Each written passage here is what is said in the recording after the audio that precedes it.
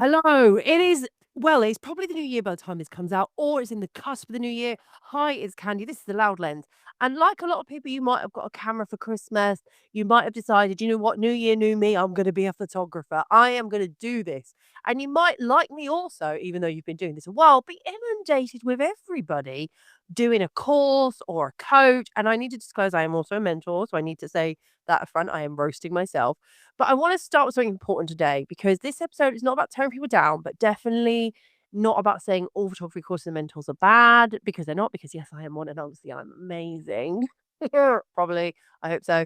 But what is happening right now is there's a massive influx of photography education that looks absolutely incredible on the surface, but doesn't always hold up when you look a little closer. So I'm aiming this at people who feel maybe they're getting inundated with these kind of adverts. They're particularly prevalent on Facebook and Instagram right now. So if you've ever felt pressured to invest money because someone promised you freedom, some sort of six figures, different life, this episode is about slowing that decision down. It's not to stop you from investing, but to help you perhaps invest well. And the reason I bring this up very specifically is actually because I have just got off the phone. Well, I say just. I'm recording this at 9:30 in the morning.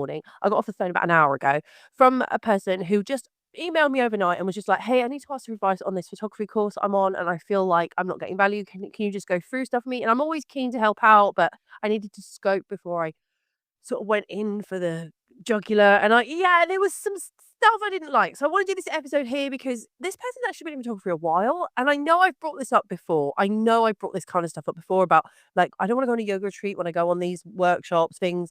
I want to learn about business. I want to be about business. I talk about mentoring, but I want to do this episode a little bit more of a deep dive. So yes, by all means, you can say, kind of we've covered this, but this is very much talking about the pros and the cons a little bit more because I feel like I didn't do it justice, okay? So let's see, why is this exploding? Because this didn't just come from anywhere. The photography industry has been under pressure for years. People talk about oversaturation, the lowering client budgets, the rising costs, the expectations rising from clients, social media burnout, and algorithms deciding who eats and who starves. So what happened? Photographers who were doing okay realized teaching is more profitable perhaps in shooting in some aspects, and for some of them, they're not wrong. You can only shoot so many weddings. You can only do so many client sessions, but you could sell one course to 1,000 people. So enter now courses, mentorships, coaching containers, masterminds, communities, and some of them are genuinely useful. And I'm going to be very blunt when I say this, some are absolute day robbery. Honestly, they are. Some of them are starting to look a lot like creative MLMs, multi-level marketing, almost not, but quite similar to pyramid schemes, which are actually illegal in this country, but with better branding. Not all of them, not all of them. I need to preface that, but some of the ones I've been seeing, I was like, what? So there's things to look at carefully, not accusations. I'm just saying checks. This isn't calling people scammers. This is about you as the consumer doing some due diligence. Here are some things worth pausing on before you spend your very hard earned money. Okay. So, check number one, big income without detail. When you see six figures, replace your income, full photographer in months, make this much money, is that revenue or profit? It's vastly different. Okay. And I think when people say, "I made six figures," did you make six figures revenue or did you make six figures profit? We're interested in the profit. We're not interested in the revenue. We're interested in the profit. Okay. How many years did it take you to get there? In what genre and in what economy? Because doing it in the US and doing it in the UK are vastly different economies. Okay. Doing it up north, doing it down south, like vastly different economies. Again, clear educators explain context. Vague ones rely on the excitement and using those buzz languages to get you into it. Okay. I call it like smokes and mirrors. Like it's not completely untrue what they're saying, but it's not completely the whole truth. Yeah. So, what do they actually do now is another check. This isn't about judging career shifts. Teaching is a very valid path. And I hate that saying that those that can't teach. I don't think that really applies with photography, but there are people out there who kind of teeter on it. So what you should check, are you learning from a current working photographer, someone who has transitioned out of client work, or someone whose main income is now just being an educational provider? None of these are wrong. They're just very different and they qualify someone to teach different things. Okay.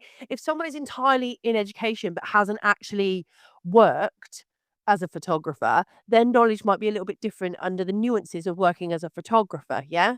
People who no longer work with clients, they're not going to have perhaps the current trend knowledge or how clients are interacting now. Because I'm going to tell you now, even though I've been in business for a long time, clients' behaviors have changed and changed dramatically. And I think it very much in the last, since we came out of the panorama, I know I want to say the other word for it, but we can't. I might get in trouble for it. But you know what I'm talking about, that one. I think clients have very much changed and behaviors have changed, spending has changed. And as we move into this current budget, and if you're here in the UK, things are changing. Okay. We're seeing a different way people spend. So yeah. And also clients want different things now. And like I said, it qualifies as people in different ways. The other check I like to do is the sales experience. Notice how the offer is presented.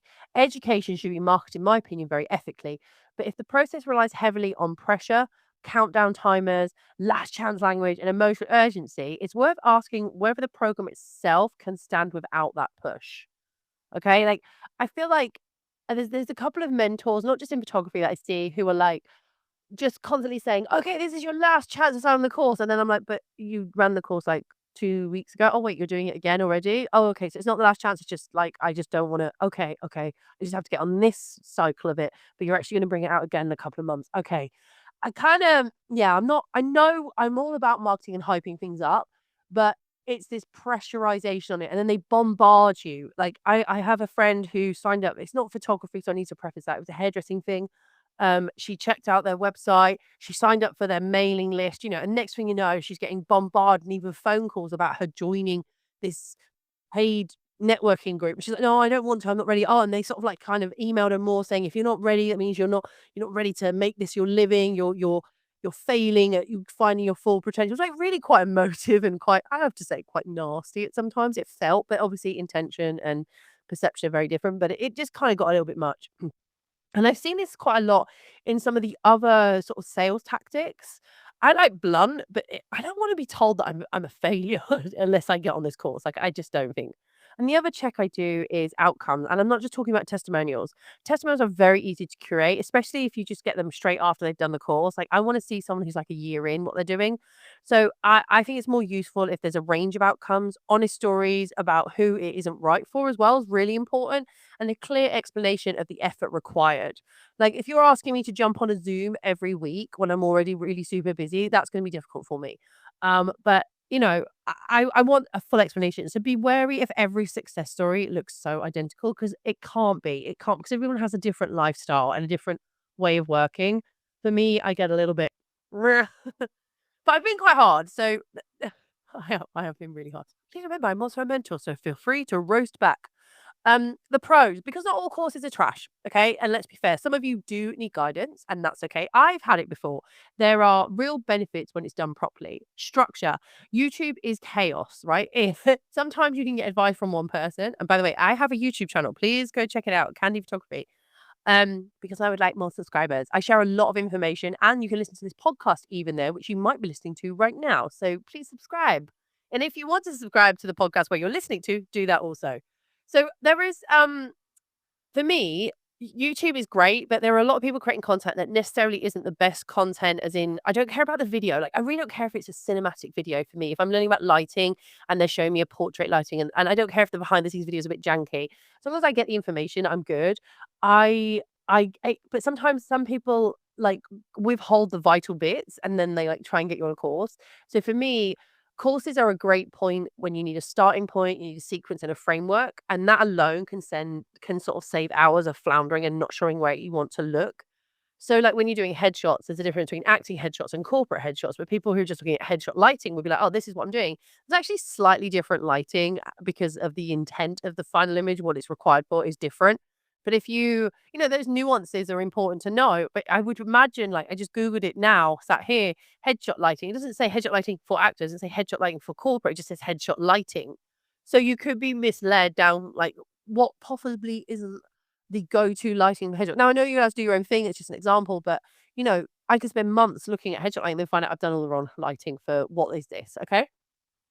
The other thing is like accountability. So you're left to your own devices. Most people don't update their website, they don't raise their prices, they don't market consistently. A mentor can actually force that movement and hold you accountable. And I think that matters. A lot of us need guidance. Sometimes having somebody else sort of nudge us really helps. And I know that when I've been mentoring people, I'm not here to teach them actually how to do the photography side. I'm often here talking about the business side, or I'm talking about the marketing side, or sometimes they ask me about the business side, like, but sorry, about the photography side. But for me, I enjoy just, doing those little regular checkups on people. I'll send a WhatsApp. I said one it's literally this morning to my, let me pull it up. Let me pull it up. Let me pull up, go into my WhatsApps. This is to one of my mentoring students. Hi, remember today's task? You have to pitch to at least two of your ideal clients. Let me know, blind copy me in just so I can see how you're getting on and offer some pointers. If you need some help in how to pitch it a bit better, send it over to me and I'll have a look at it. I'm free until 1 o'clock today for you. So there you go. So I can actually have a look at that for them. Okay.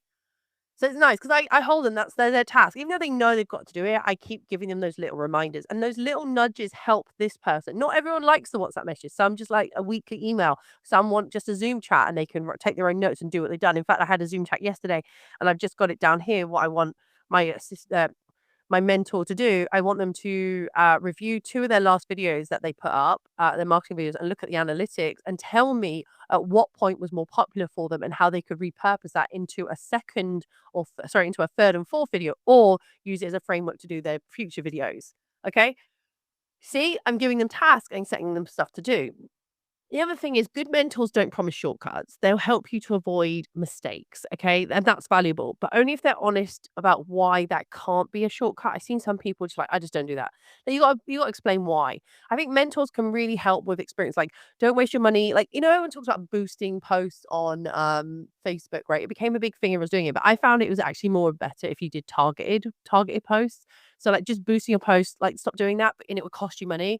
So telling my mentorees, my students, my mentorees, yeah, like let's not boost posts just because we want to boost them. Let's actually target audiences with them. So that's what, just telling them that save them money.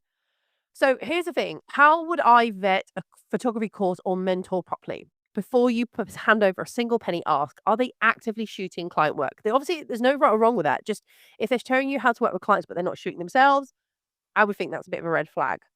Can they explain how they make their money? Like, are they saying, "Oh, I made it from photography." Yeah, but what part of your photography did you make it from? Like, oh, from your mentoring course. Okay, so you actually don't sell your photography, you sell the course more, but it's about getting photography work. Okay, it doesn't make sense to me. Do they show their failures as well as wins? I think that's really important to open up about failures. I talk about some of my failures in the past, like I'm very honest about it. I started off, like everyone did, like trying to be the photographer for everything. And I knew really quickly newborns, if you want the wrapped up, like soft focus, dreamy one, it isn't about me. If you want lifestyle, yes. I really love toddlers. I like young children when they're running around, they're crazy. And I like to go to the park with them with their parents, take shots like that. I don't necessarily like putting them in the studio. So I knew that my failure was my forte is not great with little babies. Like I need a bit more of a personality. That sounds awful, doesn't it? Babies are a personality, but like I need a bit more of a developed personality. Is that the way to do it? I'm probably going to get really in trouble for saying that, but do you know what I mean? I like interaction. Yeah. I'm not a very maternal person. That's what I'm trying to say. Maybe is that the word? Yeah. So I knew that when I was trying to do this, it just didn't fit well with me, and I absolutely dreaded some of the sessions. Not all of them. But the worst one for me, I can tell you very honest, it was a parent that had a baby with really, really dry skin, and I loved the session itself, but the editing I hated, and it was that point I went, "You know what? I can't do this. I don't wanna do this anymore." The photos were beautiful, but I hated how long I was having to edit for. Like, obviously now I have systems, but back then I just knew, and also, I went on all these training courses and safety courses, and I started to panic about the safety of the baby, and then I became worried that I wasn't being as safe as I could be despite being on the courses, and the anxiety was just not in it for me. So I'm like, "Nah, I'm not doing it." Okay. Also, back on track. Are the results varied or are they weirdly identical? Does everyone just have an amazing success story where they make thousands of dollars or thousands of pounds? Like to me, no, you need to show variance because, a beginner photographer doesn't get the same as a seasoned photographer. Like, I want to show it. Is the course content specific or vague mindset fluff? I'm all for thinking positive about your business, but I don't know if I'm thinking manifest you're going to get 6,000 is definitely going to work for me. I'm a very practical. I need direction. I need to have it blunt. That's why we do this podcast. So subscribe if you like that kind of thing. I don't wanna do that. I also find it so let me tell you, right, back when I'm still a birth former, but when I was a birth former back years ago, I've been in burlesque for years. I went around the world and everything. We had this sort of spike in burlesque where they were, like, saying how much our wages were to perform, but they'd also say, "And there's cupcakes," and we were like, "What?" And it became like a currency, like, you don't get as much of a high wage, but there's cupcakes, guys. It's like a trend, and people were, like, accepting lower wages because there was cupcakes. I don't like cupcakes. but it was like this weird kind of thing that became like cupcakes. We were almost like brainwashed that because there was cupcakes backstage, we would take 50 quid less on our performance fee or something. And I was just like, no. And people are like, oh, but it's cupcakes. Think about the cupcakes. No, I want to think about the money. Give me the money. So for me, I'm not into all of this stuff. I like cold hard cash. I like money because I need to live. Cupcakes won't sustain me. Also, the icing to cake ratio in a cupcake annoys me. I don't know why. I'm not hating on cupcakes generally, but the ones then, no. Never like I'm not a sweet tooth lover, actually. I'm not, except if it's a carrot cake or a lemon drizzle. That's yeah, they're quite sweet actually, aren't they? Take that back. But yeah, and like I've seen like workshops where people have been like, we're going on a yoga retreat. We're going on a yoga retreat. And I'm like, I don't want to go on a yoga retreat. I don't want to do yoga. I want to learn about my business. I have such limited time now. And now you're going to spend like 3 hours a day doing mindfulness and yoga. And I get it. For some people, that works amazing. But I could go to yoga here. I want to learn about my business. So for me, those aren't my kind of courses I would go on. They're not, and I wouldn't, no amount of countdown timers, phone calls, and emails would make me want to do that. I know some people love it. That's why they exist. But for me, it doesn't. And it's not. If I'm learning about business, I want to know about business. Also, this is something that's become really quite prevalent. Do they discourage dependency them?